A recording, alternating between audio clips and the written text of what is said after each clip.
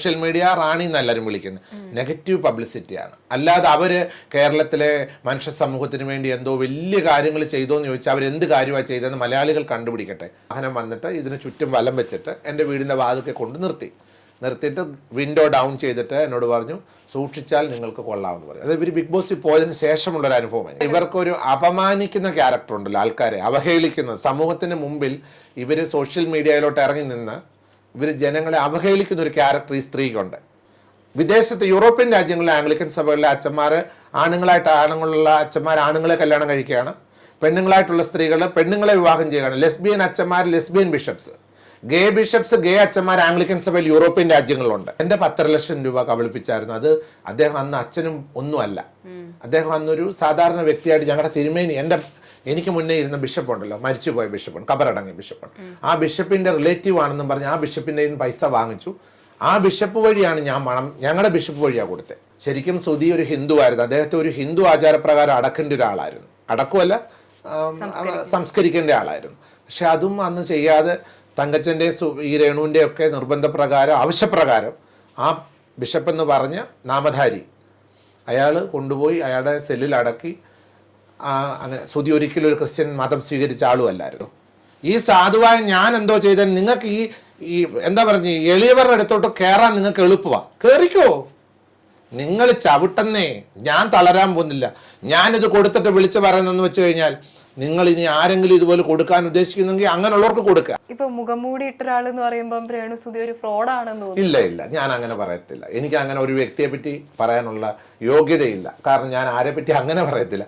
പുള്ളിക്കാരത്തിക്കുള്ള weakness എന്ന് പറഞ്ഞു കഴിഞ്ഞാൽ പുള്ളിക്കാരത്തി പറഞ്ഞ കാര്യങ്ങൾ, അതായത് ഞാൻ ഹോസ്റ്റലിൽ നിന്നിട്ടില്ലെന്ന് പറഞ്ഞിട്ട് അടുത്ത ദിവസം പറഞ്ഞു ഹോസ്റ്റലിൽ വാർഡന്മാരും എന്നെ വെളി വിടത്തില്ലെന്ന് പറഞ്ഞു. അപ്പം ഇങ്ങനെയുള്ള കാര്യങ്ങൾ ചിരിക്കാൻ വേണ്ടിയിട്ടാണ്, അല്ലാതെ ഞാൻ ഇതിനെ വലിയ ഗൗരവമായിട്ടല്ല എടുക്കുന്നത്. ഇപ്പോഴും ഞാൻ ഇതിനെ ഒരു ടൈം പാസ്സായിട്ട് ഇതിനെ കാണുന്നുള്ളൂ.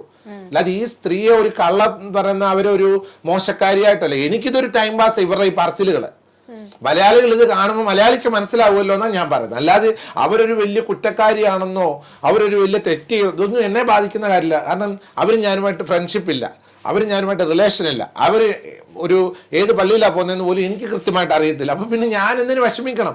എനിക്കൊരു നേരം പോക്ക്. നിങ്ങളിപ്പോൾ എന്നോട് ഇത് ചോദിക്കുമ്പോൾ ഞാൻ അതിനെ ഒരു ടൈം പാസ് മൂഡിലേ ഇതിനെ കാണുന്നുള്ളൂ.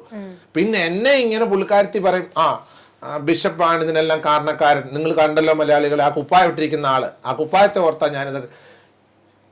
ഞാൻ അവരെ ചേർത്ത് നിർത്തിയ ആ കുഞ്ഞുങ്ങളെ, അവരെ മാത്രമല്ല ഒരുപാട് കുടുംബങ്ങളെ, ഞാൻ മുമ്പേ പറഞ്ഞ പോലെ ഒരു 100-300 കുഞ്ഞുങ്ങളെ. എന്താണ് ഈ പുള്ളിക്കാരത്തി രമ്യ കഴിഞ്ഞ ദിവസം അമേരിക്കയിൽ ആരോടോ വിളിച്ചു പറഞ്ഞു ബിഷപ്പിന് യാതൊരു പ്രവർത്തനങ്ങളില്ലെന്ന്.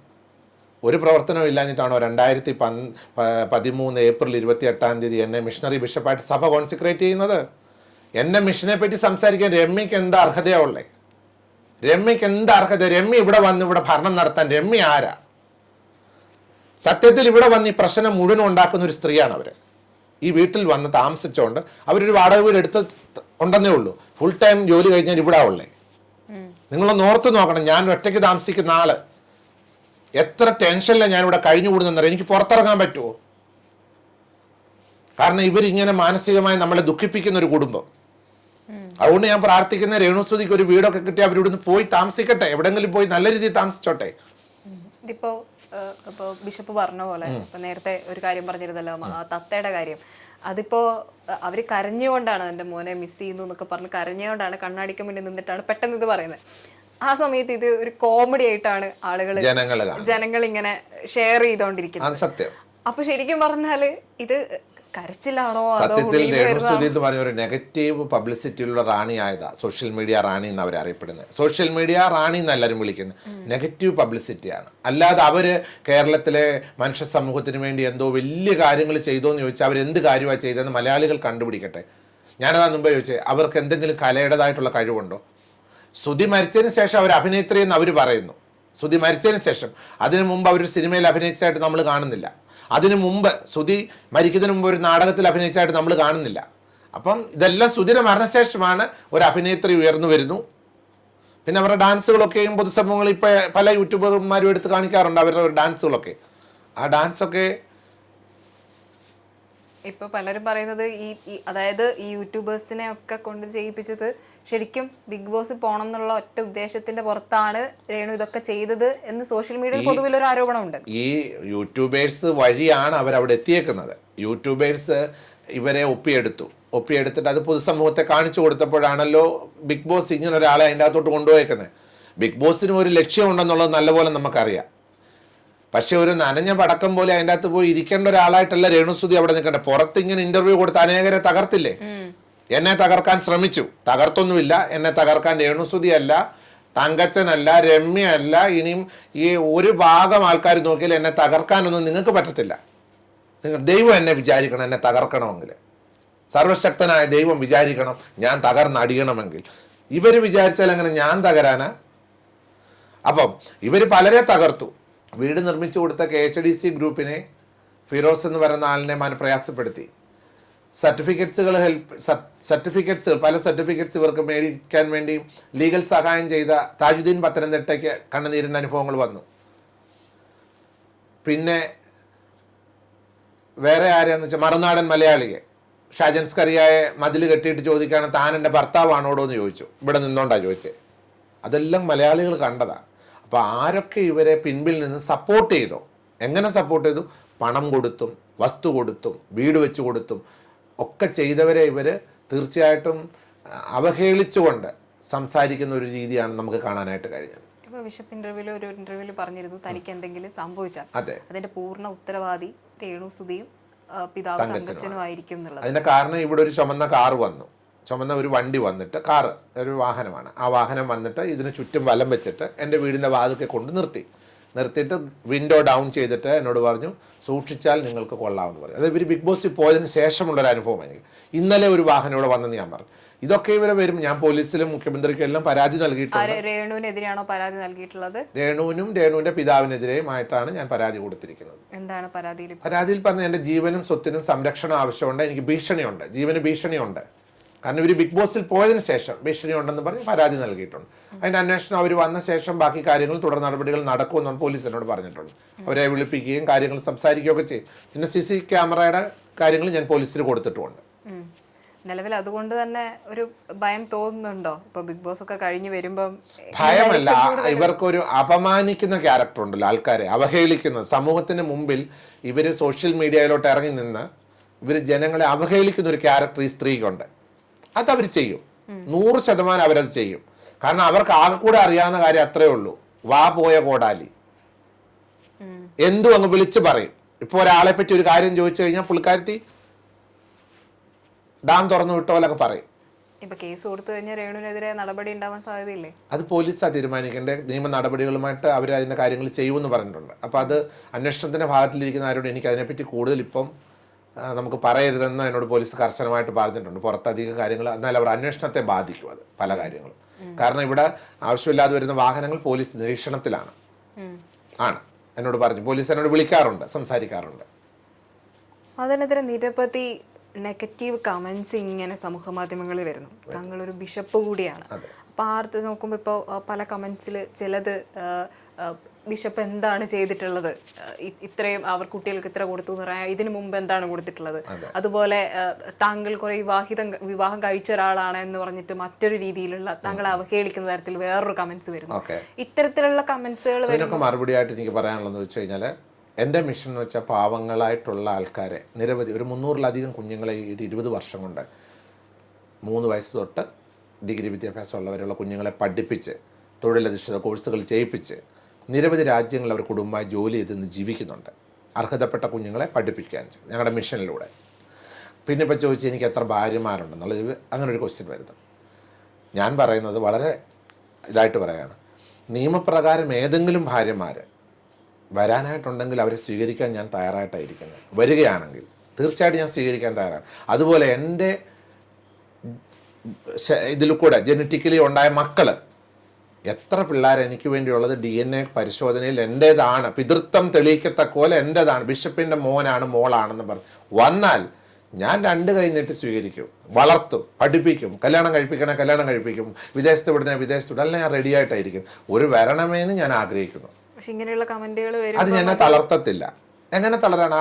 ഇവര് എന്നെ തളർത്താൻ ശ്രമിക്കുകയാണ്. ഒരു വിഭാഗം സൈബർ ഇടങ്ങളിൽ ഇരുന്നുകൊണ്ട് എനിക്ക് നിരവധി, എനിക്ക് 10-ലധികം ഭാര്യമാരുണ്ടെന്ന് പറഞ്ഞിട്ടുണ്ട്.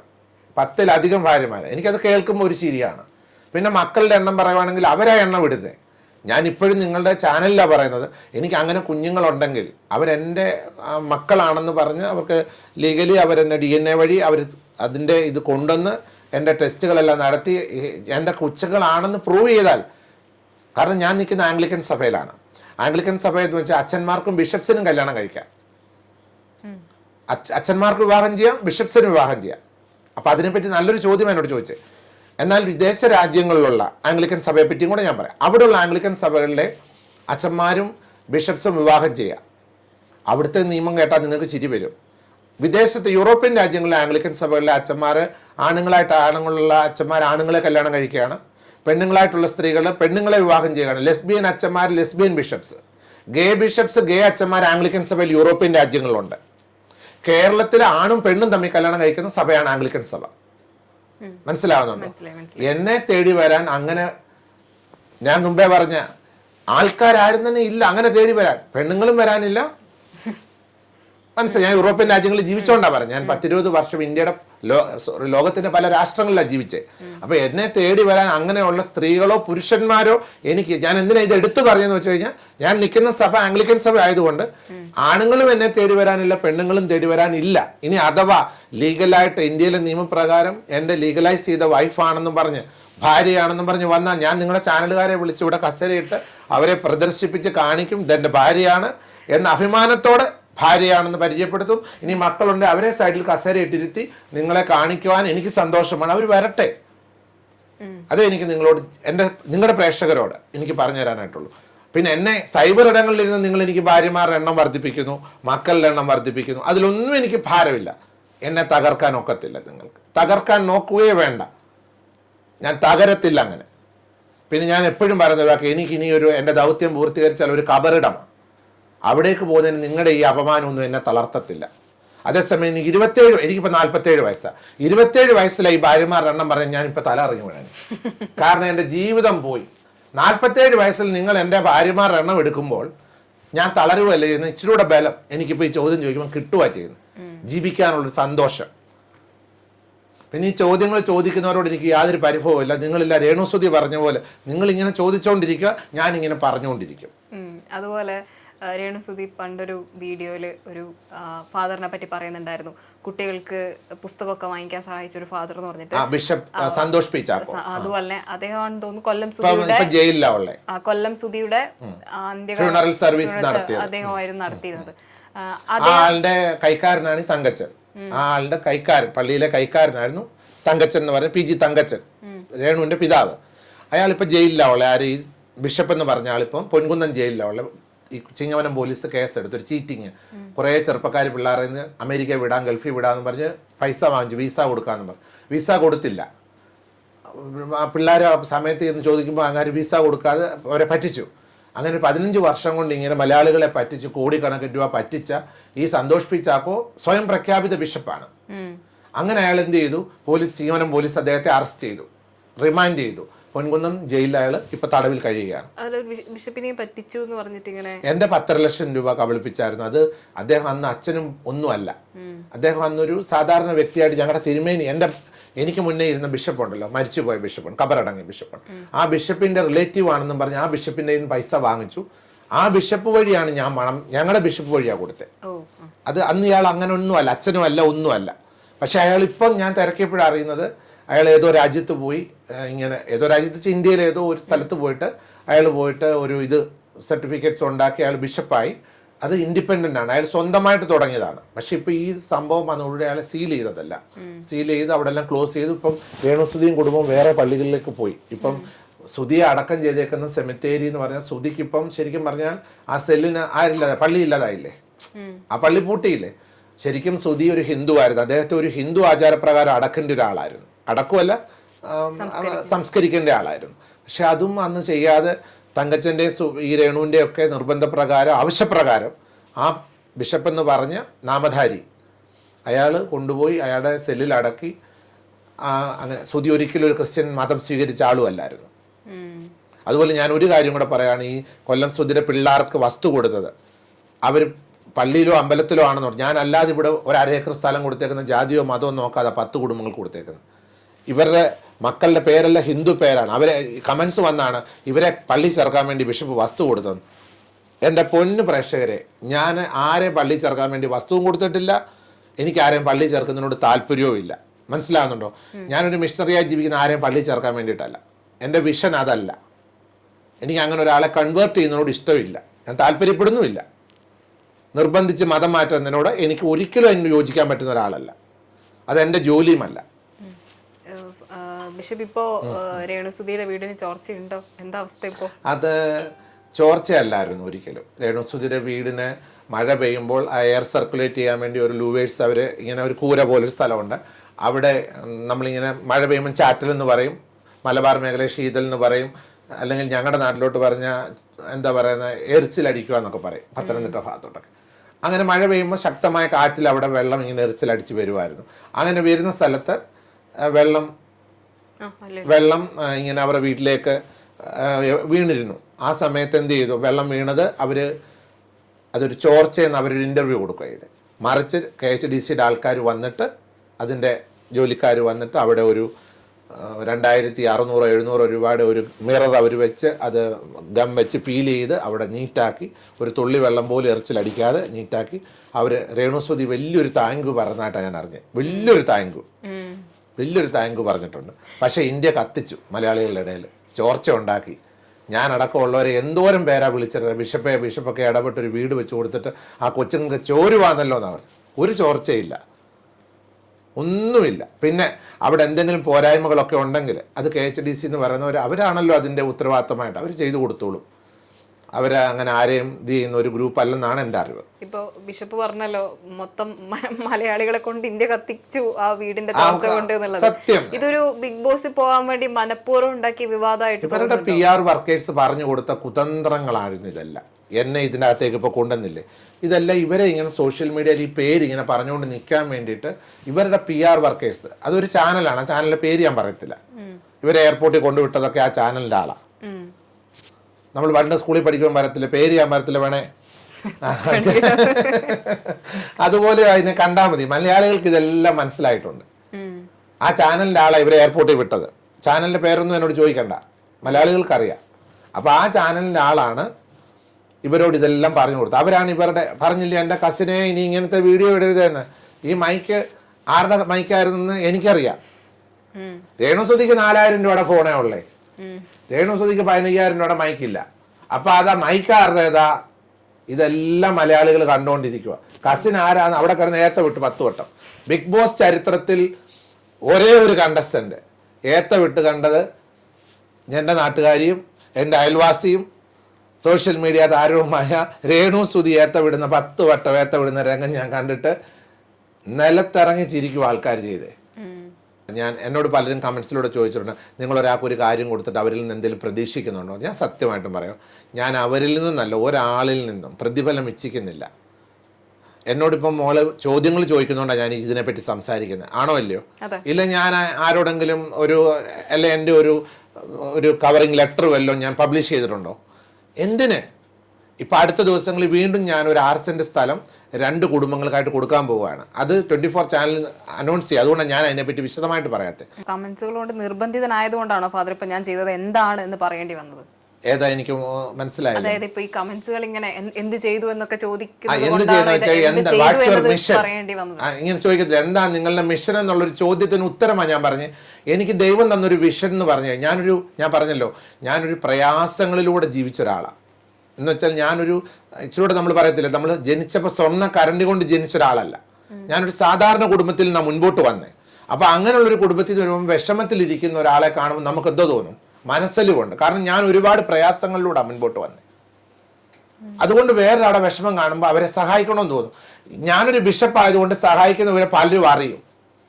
ഞാൻ രഹസ്യമായിട്ടല്ലല്ലോ അത് ചെയ്തത്. അവർ ചാനലുകൾ ഇവിടെ വന്നിട്ടുണ്ട്, അവരാണ് ഇത് കൊടുക്കുന്നത്. ഞാൻ ഒരു ചാനലിനെ ക്ഷണിച്ച് വരുത്താറില്ല. ഇപ്പം 24 ചാനൽ അവരൊരു ചാനലിൻ്റെ ആളാണ്. ഞാൻ എന്തിനാ അവരെ ഏൽപ്പിക്കുന്നത്? 24 കണക്ട് അവർക്ക് ഫ്രീ ആയിട്ട് വീട് വെച്ച് കൊടുക്കുക. എനിക്ക് നിവൃത്തിയുണ്ടോ വീട് വെച്ച് കൊടുക്കാൻ? നിങ്ങൾ ചിന്തിച്ചു നോക്കി, എനിക്ക് നിവൃത്തിയുണ്ടോ ഒരു വീട് വെച്ച് കൊടുക്കാൻ? അവർ ചാനലിൽ ഇടപെട്ട് അവർ 2 വീട് പണിത് കൊടുക്കുക മേളിൽ. ഇവിടെ അടുത്ത്. അപ്പൊ അത് എനിക്ക് ഒക്കാത്ത കാര്യം വേറെ ആൾ ചെയ്തു കൊടുക്കുമ്പോൾ ഞാൻ അവരോട് ചേർന്ന് നിൽക്കുന്നു. 24 കണക്റ്റിനോട് ചേർന്ന് നിൽക്കുന്നു. ഇപ്പൊ ഇത് തന്നെ 24 കണക്റ്റിനോട് എല്ലാവരും ചോദിച്ചൊരു ക്വസ്റ്റ്യനാണ് കേട്ടോ. എനിക്ക് ഇന്ന് വ്യക്തമായിട്ട് പറയണം. പലരും ചോദിച്ചു 24 ചാനല് ഇവർക്ക് എന്തോ കൊടുത്തെന്ന് ചോദിച്ചു. സത്യസന്ധമായിട്ട് ഞാൻ പറയട്ടെ, 24 ചാനൽ വഴിയാണ് ഞാൻ ഇവർക്ക് ഇത് ചെയ്തേക്കുന്നത്. അതായത് 24-ന് വേണ്ടിയിട്ട് ഞാൻ ചെയ്തു കൊടുക്കുക ഇത്. മനസ്സിലാവുന്നുണ്ടോ? അത്രമാത്രം ഞാൻ 24 ചാനലിനെ സ്നേഹിക്കുന്നു, ബഹുമാനിക്കുന്നു. ബഹുമാനപ്പെട്ട ആർ ശ്രീകണ്ഠൻ നായർ സാറേയും ശ്രീ സി ഉണ്ണികൃഷ്ണൻ സാറിനെയും എൻ്റെ സുഹൃത്ത് രാഹുൽ ഇരുമ്പുകുഴി, അവരൊക്കെ മാധ്യമ സുഹൃത്തുക്കളല്ലേ. അവരെ സ്നേഹിക്കുന്നത് കൊണ്ട് അവരോട് ചേർന്ന് നിന്നുകൊണ്ട് ഞാൻ ഈ സഹായം ചെയ്തത്. അപ്പൊ പലരും എന്നോട് ചോദിച്ചു 24 എന്തോ ചെയ്തു. 24 ആണ് എന്നെ ഡയറക്റ്റ് ചെയ്തത്. അവർ പറഞ്ഞുകൊണ്ടല്ലേ നമ്മൾ ചെയ്തേ. വേറൊരാൾ പറഞ്ഞാൽ നമുക്ക് ചെയ്യാൻ തോന്നത്തില്ല പെട്ടെന്ന്. കാരണം അദ്ദേഹത്തിനോടൊപ്പം അവർ വർക്ക് ചെയ്തുകൊണ്ടിരുന്ന അദ്ദേഹം എന്നോട് പറഞ്ഞു, ബിഷപ്പേ ഇങ്ങനെ ഒരു കാര്യമുണ്ട്, കുഞ്ഞുങ്ങളുടെ കാര്യമാണ്. കാരണം അവർക്കറിയാം ഞാൻ ചെയ്യുന്ന ചിൽഡ്രൻസ് മിനിസ്ട്രിയാണ്. മനസ്സിലായി? ഇപ്പൊ അതിലേക്കാണ് ഞാൻ മടങ്ങി വന്നത്. ഞാൻ ചെയ്യുന്ന കുഞ്ഞുങ്ങളുടെ ഇടയിൽ പ്രവർത്തിക്കുന്ന മിനിസ്ട്രിയിലാണ് ഞാൻ പൊയ്ക്കൊണ്ടിരിക്കുന്നത്. കഴിഞ്ഞ 20 വർഷത്തിലധികമായിട്ട് ഞാൻ ചെയ്ത ചിൽഡ്രൻസ് മിനിസ്ട്രിയാണ്. ഞാൻ പറഞ്ഞല്ലോ 300-ലധികം കുഞ്ഞുങ്ങളെ പഠിപ്പിച്ച് അഭ്യസ്ത വിദ്യരായിട്ട് പഠിപ്പിച്ച് പല രാജ്യങ്ങളിൽ ഇന്ന് അവർ ജോലി ചെയ്യുന്നു. തൊഴിലധിഷ്ഠിത കോഴ്സുകൾ ചെയ്തിട്ട് അവരുടെ കുടുംബം രക്ഷപ്പെട്ടു. മനസ്സിലാകുന്നുണ്ടോ? അപ്പൊ അങ്ങനെയുള്ള കാര്യങ്ങൾ ചെയ്യാൻ ദൈവം എന്നെ ഉപയോഗിച്ചു. അതെൻ്റെ ഒരു വിഷനായിരുന്നു, എൻ്റെ ഒരു മിഷനാണ്. ഇതൊക്കെയാണ് എന്നെ കൊണ്ട് പറ്റുന്ന ചെറിയ ചെറിയ കാര്യങ്ങൾ.